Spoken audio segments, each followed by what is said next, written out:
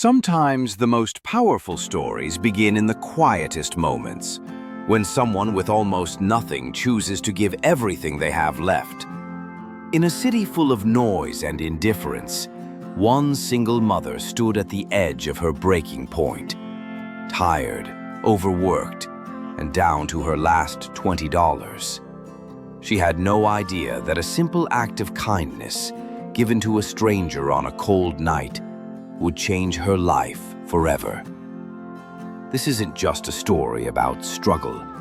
It's a story about faith, compassion, and the kind of goodness that still exists when the world least expects it. If you believe kindness still has power, that what we give truly finds its way back to us, take a moment before we begin. Like this video, share it with someone who needs a reminder of hope, and subscribe to the channel. Because stories like this remind us that goodness is never wasted. Autumn twilight settled over the city as Rachel Thompson stepped off the bus, her worn-out sneakers scuffing the cracked sidewalk. She clutched her thin coat tight against the chill, one arm holding a nearly empty grocery bag.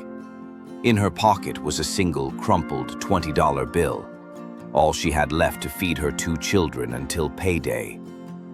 She headed toward the small grocery store on the corner, stomach knotted with worry over what meager meal she could afford with that $20.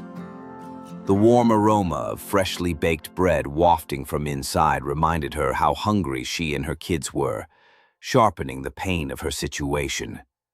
But as Rachel neared the entrance, she noticed an older man huddled on the sidewalk against the store's brick wall.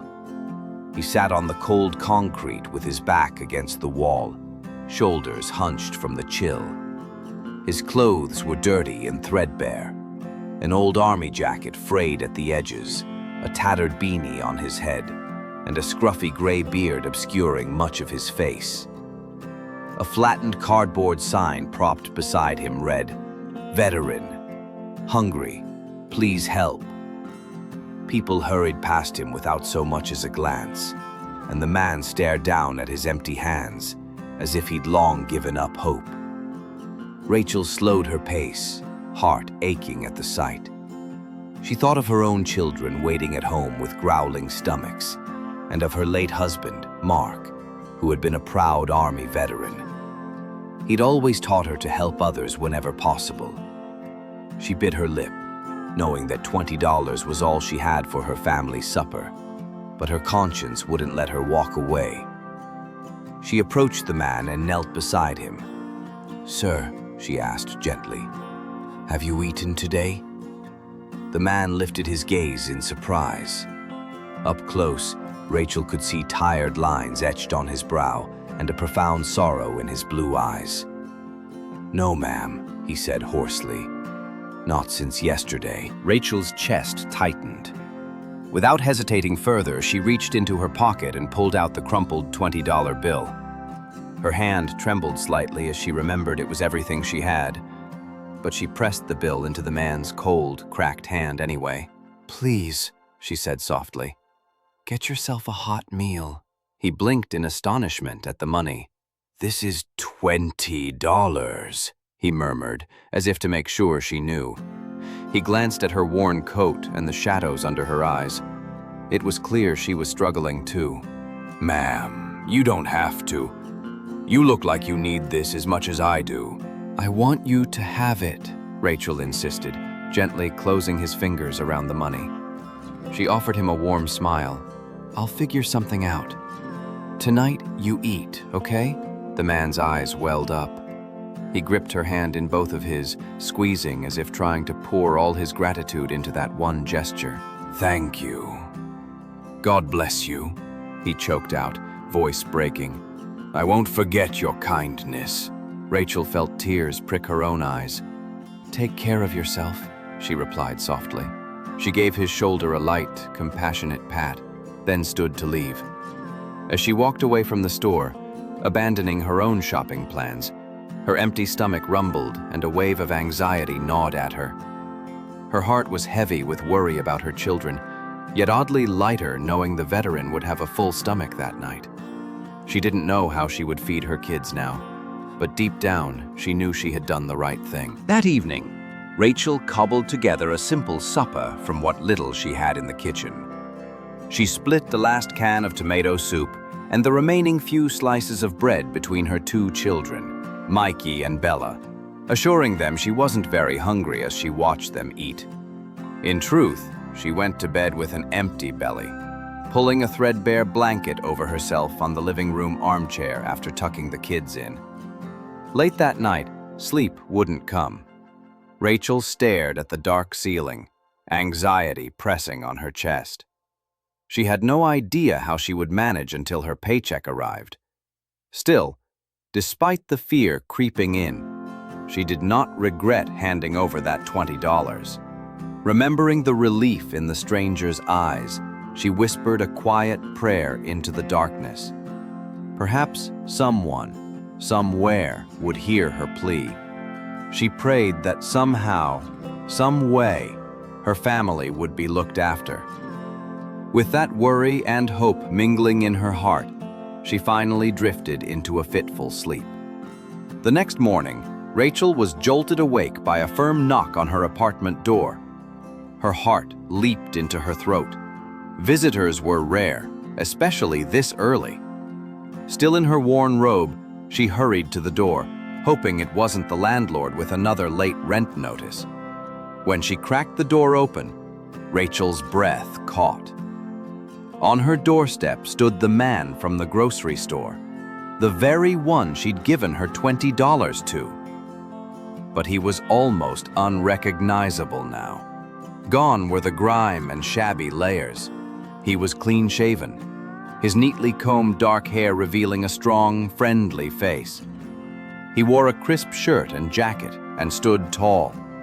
Beside him was another stranger, a distinguished-looking gentleman in a tailored suit, holding a leather folder under one arm. "Good morning," the formerly homeless man said warmly. Hearing the familiar voice come from this well-dressed stranger startled Rachel. She blinked in confusion, then opened the door wider.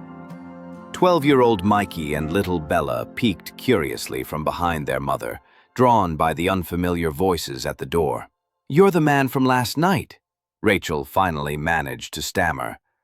"Thomas, right?" He nodded with a smile. "Yes. We only exchanged first names yesterday.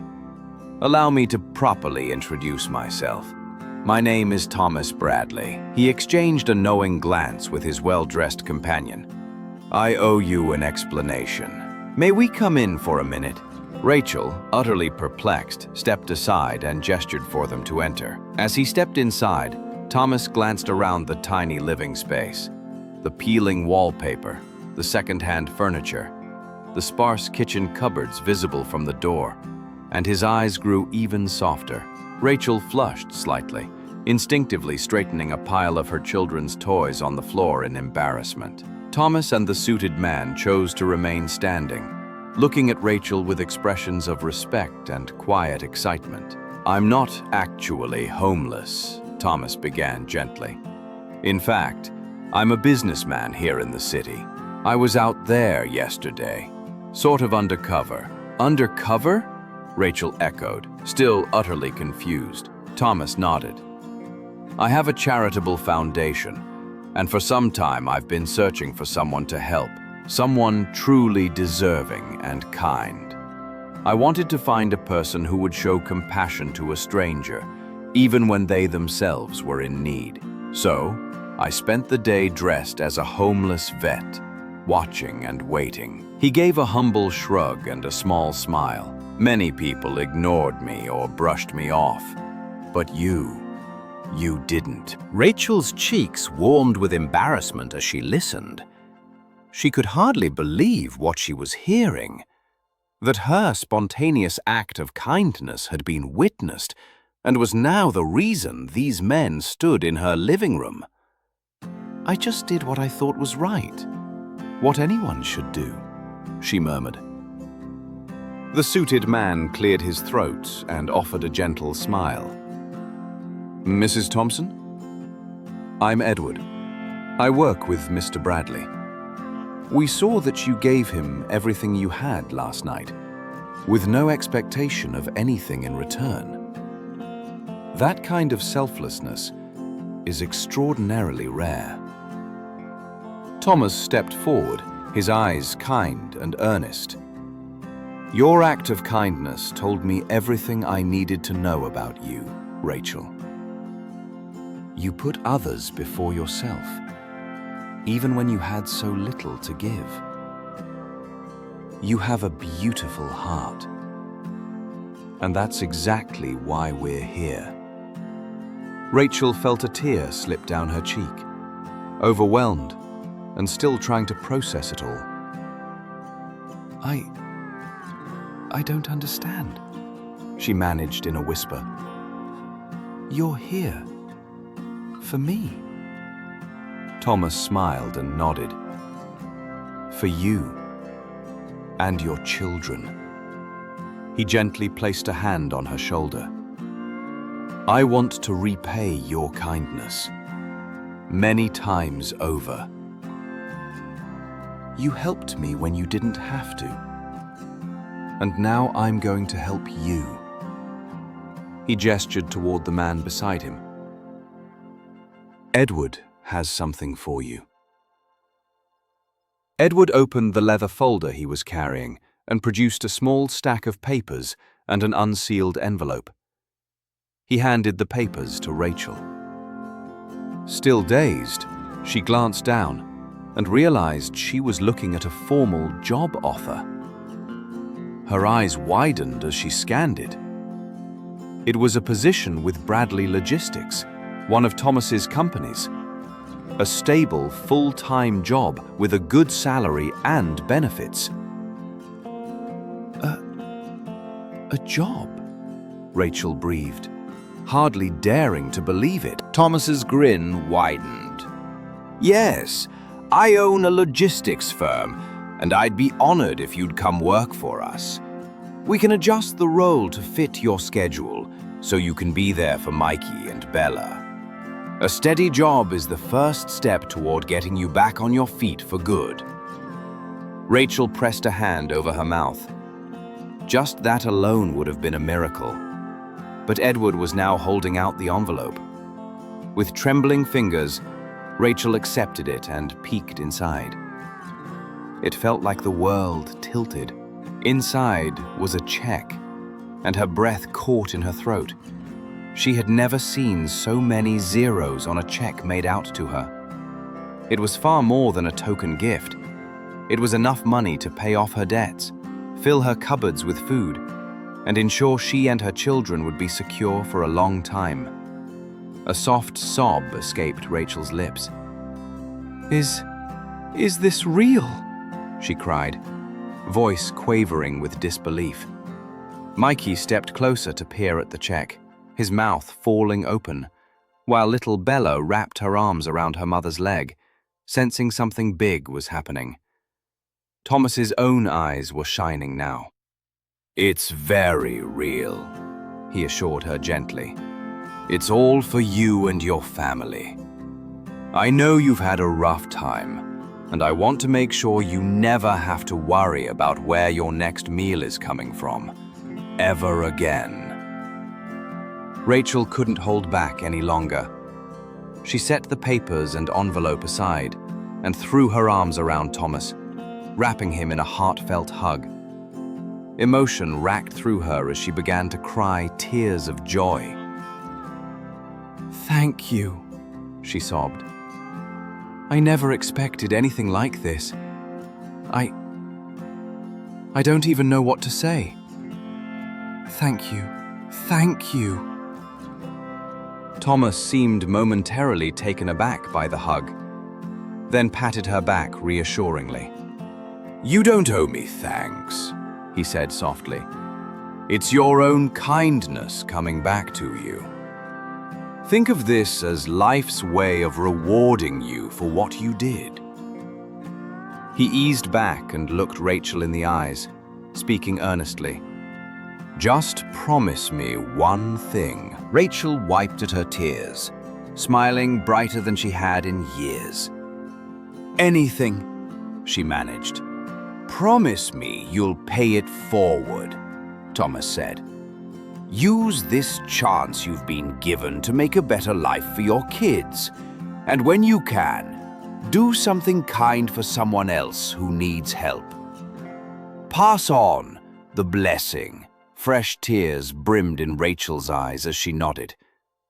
"I will," she vowed. "I promise.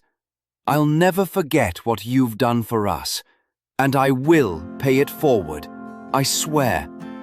By now, Mikey and Bella were pressed against their mother, beaming with excitement and relief as they began to grasp that their family's hardships were finally ending. Mikey, unable to contain himself, looked up at Rachel and asked, "Mom, we're really going to be okay now, right?" Rachel let out a laugh that was half sob, pulling both her children into a tight embrace. "Yes, sweetheart," she whispered, kissing the tops of their heads. "We're going to be more than okay. We're safe now. We're going to have a home and food and everything we need." Their small apartment filled with the sounds of laughter and crying all at once, a chaos of pure happiness. Thomas and Edward stayed a bit longer, answering Rachel's questions and giving her all the details she'd need to start her new job and deposit the funds. They made sure she understood that the money was a no-strings-attached gift. When at last they prepared to leave, Rachel walked them to the door, still in a daze of gratitude. It felt like a surreal dream, but the check in her hand was real and solid. In less than a day, their entire world had changed. Thomas paused at the doorway and flashed her one last warm smile. "Remember," he said quietly, "your own heart led you here." With a final handshake and a nod to the children, the two men took their leave. Rachel closed the door and immediately sank to her knees on the living room floor, overcome. Mikey and Bella hugged her from both sides, and Rachel burst into joyous tears once more. She gathered her kids close, holding them as she cried and laughed in utter relief. Just yesterday, she hadn't known how she would feed them. Now, she didn't have to worry about anything. She silently thanked God, or fate, or whatever had brought Thomas to her, as her children clung to her. For the first time in years, the weight on her shoulders was gone. In the weeks that followed, Rachel's life transformed. With Thomas's financial gift, she paid off her overdue bills and filled her kitchen with groceries.